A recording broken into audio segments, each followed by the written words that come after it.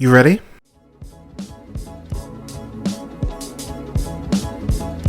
You're listening to the Real Pineapple Podcast Network.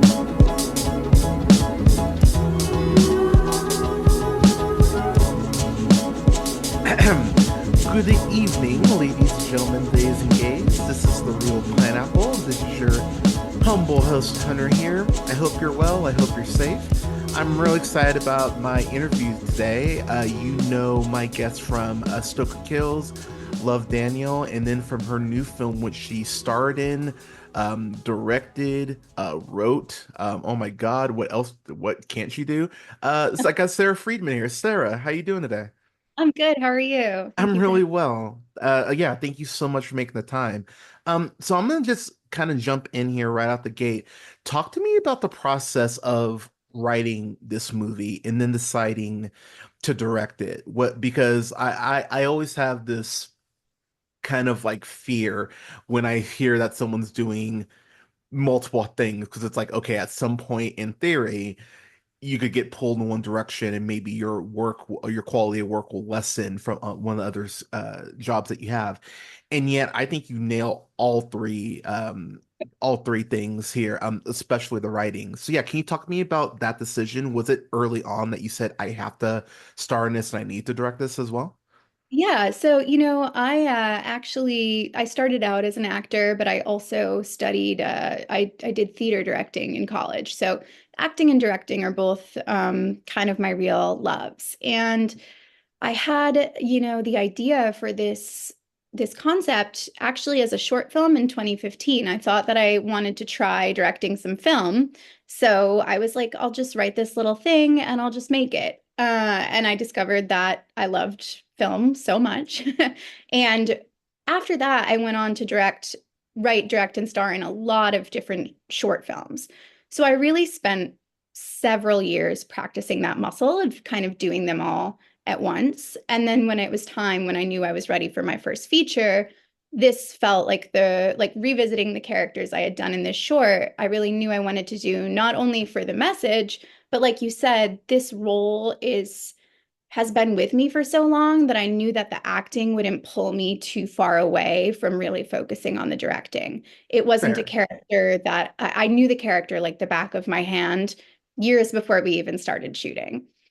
So when you say that in terms of like knowing the character beforehand, what was the biggest challenge from expanding it from a short to a feature?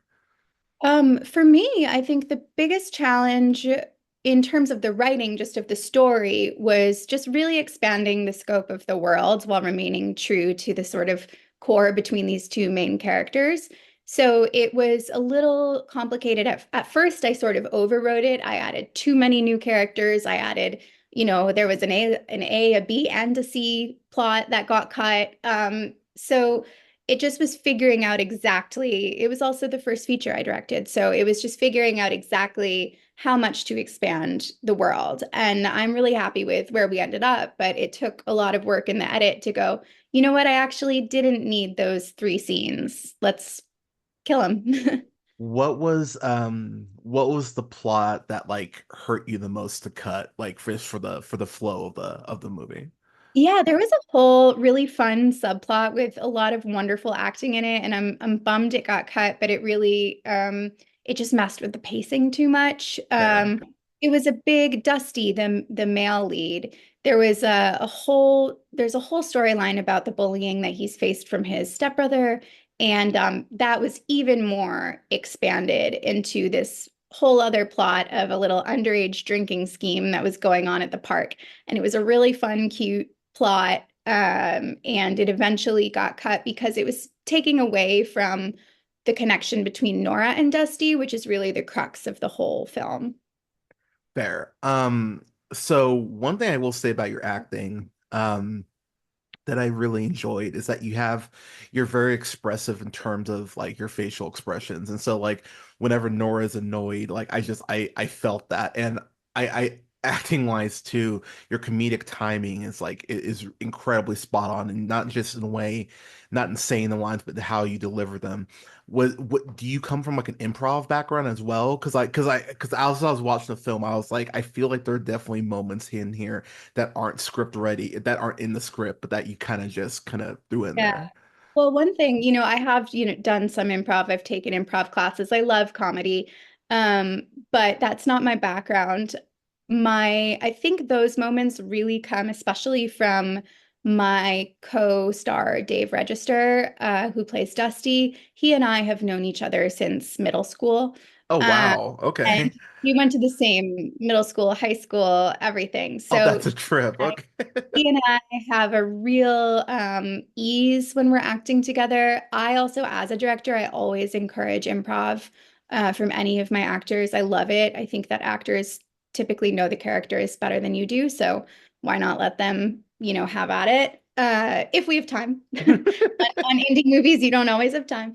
But Dave and I had also been these characters in a short film in 2015.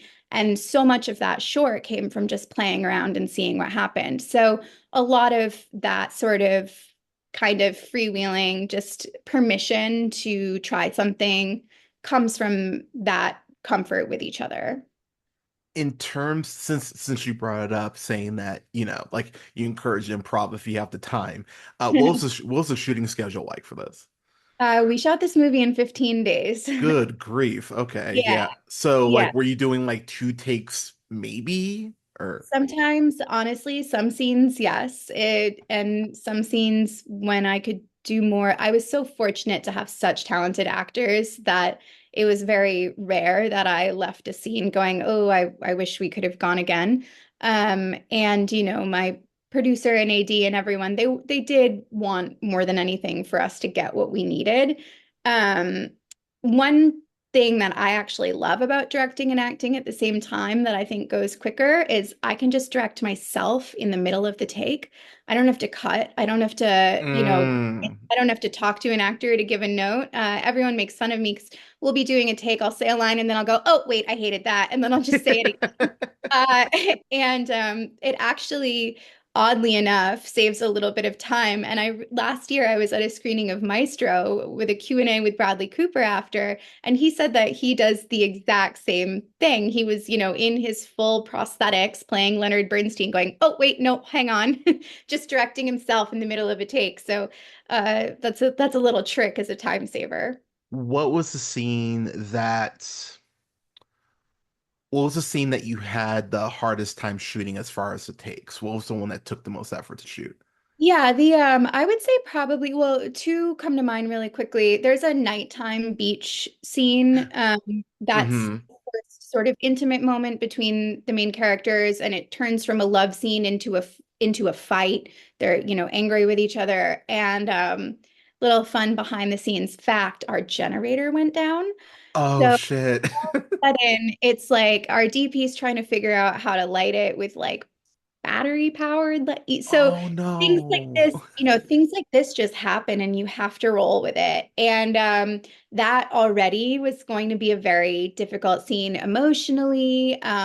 Also, just the physical logistics, of course, of a closed set, of being on a beach at night. So, but I honestly am really, really happy with what we got out of it. I think that there's a real emotional honesty um, in the scene, and it works. So you just have to kind of roll with the punches. That scene in particular, yeah, the 180 that you both have to pull from that, I thought was so well done. But the way that you kind of ramp up to that 180, Thank that you. was one of my favorite scenes in the movie. I thought you Thank nailed you. that. My I DP sat there with her eyes closed because she would not have lit it the way that she did. I'm like, come on, it's great. No one, I no one. I want to talk about the scenes that you have with your therapist. Mhm. Because I really felt like those were I know you said that you encourage improv. Those were the ones that I almost felt like the dialogue felt the most improv-ish, the way that you're kind of like volleying off each other. I really love those sequences. Talk to me about filming those, because I think what I love about Nora is that she's very witty, and I adore witty. But there are these points with her where I'm just like, if you would all stop being such assholes to her, like she could catch a fucking break. And I felt like I was frustrated watching this. I was just like, God damn it. And my partner was like, what's wrong? And I'm like, I'm watching this scene and I'm so frustrated for her. Um, yeah, can you talk to me kind of a little bit about that aspect, Nora? Yeah, the therapy scenes, I love those scenes. The actress who plays the therapist, Dipti, is wonderful. And the interesting thing about those is I find that a lot of people, if you can't tell, I've been in a lot of therapy. I find that a lot of people who maybe haven't, sometimes in test screenings, people were like, isn't the therapist being a little harsh? And it's like, you don't pay a therapist to tell you what you want to hear, Yeah, right? you're not paying a friend. Yeah, Yeah. yeah. This is someone, and also her therapy is sort of court mandated. So there's a real specific kind of relationship happening there. And one thing I love about Dipti's performance is she brings in so much of how this therapist really likes Nora. She does think she's really witty and really funny. And she brings in that humanity. Nora will sort of do a quip and she'll just kind of roll her eyes, but you're like, oh, you like her. And so their relationship, the way it sort of builds, was something I really wanted to focus on. And my cinematographer and I did a really, even just the way we shoot them, starting very sort of stagnant and separated and moving in so they're sort of feel closer to each other. It was really important to me because that's a really serious relationship that you have with someone, with your therapist. And then when she's disappointed in her, it's not disappointment that she did the things she did, it's disappointment that she didn't come and talk to her first. So Which is so much worse when people it's so phrase much it like worse. that. Yeah, Yeah. it's Yeah. It's like, wait, I thought, you let someone down who actually cares about you. So I've had some incredible therapists in my life who I same. feel, there's this sort of misconception that a therapist has to be like this total robot. And it's like, no, they're people who have actual feelings about their clients. So I had a lot of fun with those. In terms of Nora's parents, I found that relationship so fascinating because there's just like not to get too spoilery, but her mom just I've grown up with people like that, and I know how it like. Oh my God, I like that hit close to home in a way that I was like, oh man, I feel this so much. I have friends that have parents like that, and it's like so maddening because you can see them just being eroded down and like their self-worth being just nothing because of that. I feel like that's the hardest relationship to write because you almost don't want to make it like you don't want to make it like super like cartoonish like mustache twirling, but you want to root it in reality. And I think that's there was one moment in particular where Nora goes, yeah, like my day was great, thanks. And her mom just walks by and I remember going, oh my God, I've seen that so much. Like, was that the hardest relationship to write, like the ones with the parents? It's interesting because so that could not be further from my relationship with my mom. My mom's like my best friend. Yes, So same mom, I love you. yeah, This yeah, before mom, anyone. we love you. You're great. Yeah. But especially sort of like the kind of like New England waspy culture, there are a lot of people who are just taught not to talk about their feelings. And I actually approached the mom from a place of empathy as a writer. I was like, she is not trying to be a bad mom. She's not trying to be difficult or self-centered. She's just built this shell around herself because she never got the help that she needed. So I wanted to explore her as sort of like what could happen to Nora, right? If Nora doesn't Mm, get help now. Um, okay. and I think through that and through the conversation Nora ends up having with her father, she's able to feel empathy for her mother for the first time. And it's just another sort of example of you never know what somebody's going through, right? It doesn't True. excuse her from being pretty crappy to her daughter, but there's a reason, there's something there, and she's trying with the very limited tools that she has. I want to talk about that dinner scene because It's a fun one. Yeah, so like there's this point, and I don't want to spoil it for people, where Nora just like pops off in a way that I was like, I'm kind of waiting for this because at some point like the gears just gonna get turned too tight. But when she does, I went, oh, she's 1,000% justified. There's one dude in the scene I won't spoil, but the moment he went in the kitchen, I just started going, no, no, no, no, and just because I knew it's like, oh God. Um that scene must have been fun to act because like that's probably the most that you just kind of like It was a lose great it. time. Yeah. Yeah. Yeah, it was really fun. The actor who plays that man, Whip Hubley, is wonderful. And he kept going, "Oh my God, I'm so sorry. I'm so sorry. This is so creepy." And I was like, "You're doing great." Uh, doing great. He apologized to my mom the first time you met her. But Damn. the thing is, I love that you really felt that because a very interesting thing is, in test screenings and whatnot, there were a few men who were like, oh, that's awful. But is that enough to make her totally lose her mind? Oh no. And No, no. three or four people, like, is that enough motivation does that earn this Very much. Yeah, his reaction? wife's in the next room. It And I'm absolutely like, is. oh, you must have had such a nice life. Whereas all Mm. the women are like, yes. But then there's something that the last thing that North says, that alone would Yeah. warrant the. The, That's insane that you had people yeah. say that. That Funny, and it was just, it was people who were really trying to give good feedback. I just want to make sure this is earned, and I'm like, talk to one woman. that breaks It's my earned. heart because Yeah. It was really, I was like, oh my God, yeah, we have very different lived experiences. the one line I will spoil for people is that he goes, "Oh, she cooks too," and just the like, So gross. like, like Yeah. I. That's one of those lines that, as you wrote, I'm sure you're like, "Oh, that's good," but also like, ick at the same Yeah. time. Writing that was really fun because it was funny how those gross lines were just pouring out of me. I was like, I wrote that dinner scene so fast. Because Okay.